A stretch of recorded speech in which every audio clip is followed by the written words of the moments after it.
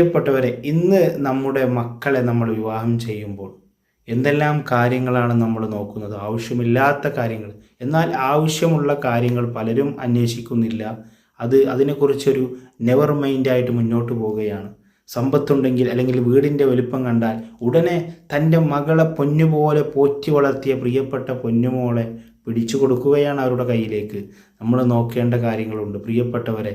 അവളെ നോക്കാനുള്ള പ്രാപ്തിയും അതുപോലെ അവൻ്റെ സ്വഭാവ മഹിമയും ജീവിതവും നമ്മൾ അന്വേഷിച്ചുകൊണ്ട് വിവാഹം ചെയ്തു കൊടുത്തു കഴിഞ്ഞാൽ നമ്മുടെ മക്കൾ ഒരിക്കലും പരാജയമാവുകയില്ല. ഇന്ന് എത്രയോ ആത്മഹത്യകളും എത്രയോ കുടുംബ കലഹങ്ങളും പ്രശ്നങ്ങളുമായിട്ട് ജീവിതം അവതാളത്തിലായ എത്രയോ സ്ത്രീകൾ. പ്രിയപ്പെട്ടവരെ, അതുകൊണ്ട് നമ്മുടെ മക്കൾക്ക് നമ്മൾ വിവാഹ സമയത്ത് നമ്മൾ ആണിനാവട്ടെ പെണ്ണിനാവട്ടെ നല്ലതുപോലെ അന്വേഷിക്കണം. എന്നാൽ നമ്മുടെ കുടുംബജീവിതം സന്തോഷകരമാവും. അല്ലെങ്കിൽ പ്രയാസത്തിൻ്റെ വിഷമത്തിൻ്റെ